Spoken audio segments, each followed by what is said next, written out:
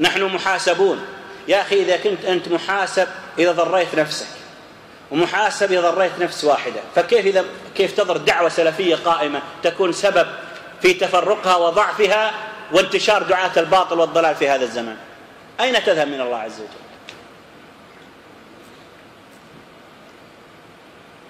ولذلك أنا يعني اللي أشوفه مو بس أنا، يمكن حتى أنتم وغيركم، أنه لازم يكون هناك تواصل بين طلبة العلم السلفيين، مباحثات، يجلسون مع بعض، واضح ولا لا؟ يتذاكرون. إذا بلغك عن أخيك شيء تذهب إليه، قيل لك أن فلان يقول كذا أو كذا، الحمد لله يا أخي. في ناس تعرف، في ناس تجدهم أصدقاء 20-30 سنة، ويسافرون مع بعض ويدعون مع بعض ويدرسون مع بعض ويدرسوا مع بعض. يجي شاب صغير أمس عمره 14، هذا يسمع وش قال فيني فلان، قال فيك كذا، أعوذ، وفلان يقول فيني كذا، نزل فيه شريط، وهذاك ايش قال فيني فلان، قال فيني كذا، اضربه بكتاب. على هالبزر هذا اللي جاهم عمارهم بال50 و40، هالصغير هذا ب15 هذا ينقل من هنا وهنا. طيب أنتم أصدقاء وعشرات السنوات 20 سنة مع بعض، وتأكلون مع بعض، تشربون مع بعض، تحجون مع بعض، تعتمرون مع بعض، تنامون بنفس الشقة، واضح ولا؟ وتدرسون مع بعض، ودرستم مع بعض، وسافرتم بالسيارات مع بعض، ورجعتم مع بعض. يأتي فلان وفلان، ليه؟ مرض قلوب. ولذلك لابد علينا أن نهتم بتدريس كتب التي تعتني بأمراض القلوب. لازم يكون هناك في كل منطقة من المناطق دراسة في كتب ابن القيم وابن تيمية وما ورد في كتب الزهد والرقائق، وهذه الأمور لازم نهتم بهذا، لأن لها دور كبير. لأن هذا الحسد، أنت تقول أنا أهتم في العقيدة، صح، لكن إذا كنت حاسد لأخيك سوف تعمل على أنه لا ينشر العقيدة وتسقطه، وبالتالي ما تنتشر العقيدة عنه وتحذر من دروسه. هو يدرس التوحيد، فحسدك له منع انتشار التوحيد في منطقة كاملة، لأنك حسدته وحذرت منه وأبعدته عن التدريس، فمنعت انتشار التوحيد بسبب مرض إيش؟ قلبي. لا تحسدون بعض. لازم تكون في قلبك تقول يا ليت كل الناس علماء وكل الناس سلفيين. المنطقة هذه كم فيها عالم؟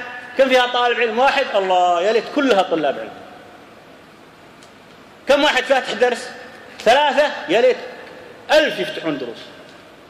أما أعوذ بالله، كما قال أحد السلف، قال إذا يعني كان لك درس ثم قيل لك أن درس فلان طلابه أكثر من طلابك، فوجدت ذلك في نفسك، فاتهم إخلاصك، نيتك فاسدة مين لله.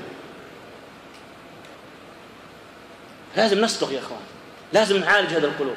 والله يا أخوان إن أمراض القلوب هذه حرقت كثير من جهود السلفيين، وقضت على كثير. كم من طلاب علم تركوا العلم بسبب ما وجدوه من أمراض قلوب إخوانهم، من نميمة وغيب. آخر شيء تعب المسكين، قال لا أنا فاتح دروس ولا راح أدرس ولا شيء.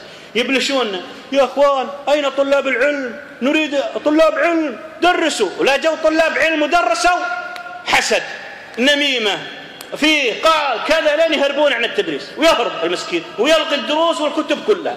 وبعد شوي أخذوا يبكون أين طلاب العلم؟ ليكثر طلاب العلم. ولما يكثر طلاب العلم تشتغل عليهم بالحسد وسوء النية وسوء القصد وعدم إحسان الظن، لين لا تبقي أحد وبقيتوا طلاب علم. أنا تجيني اتصالات من دول، صراحة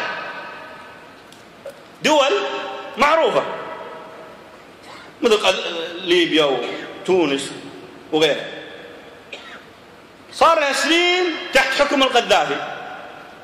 طلع كم طالب علم ليبي فرحنا بهم. ما يجيك اتصال يا شيخ ما رأيك بالطالب علم فلان؟ يا حبيبي هذا سلفي ولا إيه؟ سلفي، ولكنه في المسألة الفلانية في الشيخ الفلاني لم يقل كما قال الشيخ فلان في فلان، إذن فبالتالي لا تدرسون عنده الواسطية أهل ليبيا ولا التوحيد ولا السنة ولا الصلاة، وهم لهم عارفين سنة ولا توحيد ولا. يا أخي خافوا الله عز وجل، خافوا الله في دين الإسلام، خلوا دين الإسلام ينتشر. التونسيين بعضهم تو خلص من قضية زين العابدين، كانوا التونسيين يجونا حالق لحيته. أقول ليش حالق لحيتك؟ يقول غصبا علي. أقول أسأل الله أن يرفع عنكم. فلما رفع الله عنهم قالوا صفوا صفين، قالوا حنا اثنين. يطلع طالب علم تونسي ويطلع طالب علم ثاني، ما تنظر بعد فترة إلا هذا له مجموعة وهذا له مجموعة وهذا يحذر من هذا وهذا يحذر من هذا، ثم ضرب بينهم. ومنعت دروس التوحيد لعامة أهل تونس. يا أخي أهل تونس يبغون يدرسهم التوحيد،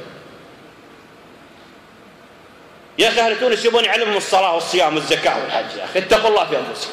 أهل تونس الصوفية شغالين من هنا، والعلمانيين شغالين من هنا، والليبراليين من هنا، والأشاعرة من هنا، والإخوان من هنا، وغنوشي من هنا، والدنيا كلها شغالة عليها. يأتي سلف يدعو للتوحيد والسنة، طوال هم أنفسهم هؤلاء يتضاربون فيما بينهم ويحذر بعضهم من بعض.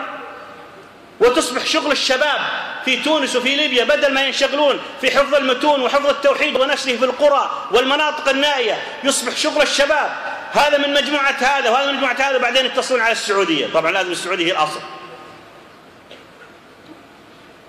السعودية هي الأصل. هذولا مجموعة الشيخ فلان في السعودية، هذولا مجموعة الشيخ فلان في السعودية. احنا ربعا هنا بعضهم ما يقصرون جزاهم الله خير، بدل ما يعقلون عليهم يولعونها بينهم. يا اخوان انا انا مبسوط لان ليبيا ذهب القذافي، مبسوط لان زين العابدين ذلف، مبسوط لكي تنتشر دعوة التوحيد السلفية، لكي تنتشر الكتب. لكن ما في شيء. انا اريد ان ارى آلاف التونسيين مشايخ وعلماء، آلاف الليبيين مشايخ والعلماء، لكن يطلع عالم واحد طالب علم طوالي، كلها كثير منها لو تنظر إليها مبنية على الظلم وسوء الظن والحسد.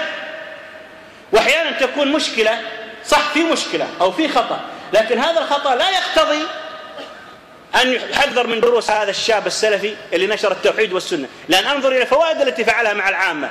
كم من مشرك أصبح موحد بسببه، كم رجل تارك للصلاة أصبح يصلي كصلاة النبي صلى الله عليه وسلم بسببه، حتى لدرجة أن طلاب علم تركوا التدريس وأخذوا يمشون مع العوام بسبب ما وجدوه من إخوانهم. أقول لهؤلاء اتقوا الله في أنفسكم واصمدوا واصبروا.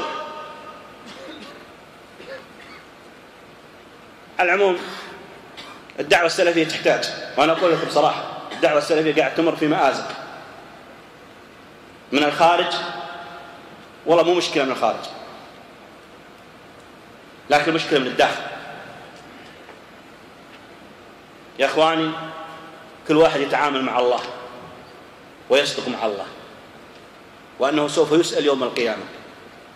هذا الشخص السلفي لو ضل بسببك وبسبب أخلاقك وغلظتك وسوء ظنك وكذبك عليه، ضل سوف تحاسب يوم القيامة.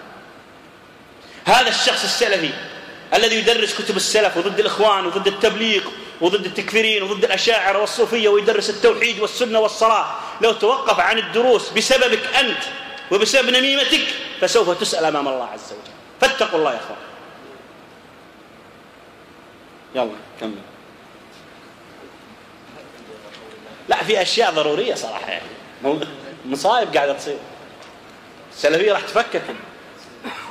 احنا يلا ما شاء الله نفرح بجمعتكم، ونفرح إذا قالوا بعمان اللهم بارك، وبالإمارات طلعوا طلاب علم، نقول يا ربي تزيدهم وتكثرهم وتخليهم ما يجون عندنا هنا، حنا نروح ندرس عندهم.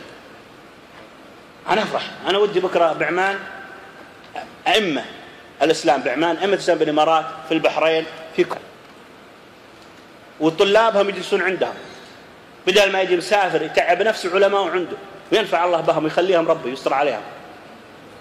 أما مسألة والعياذ بالله حتى المشيخة صارت احتكار. السلفية كل مكان، اللي يطبق السلفية سلفي لو أنه بسيبيريا، مو لازم في السعودية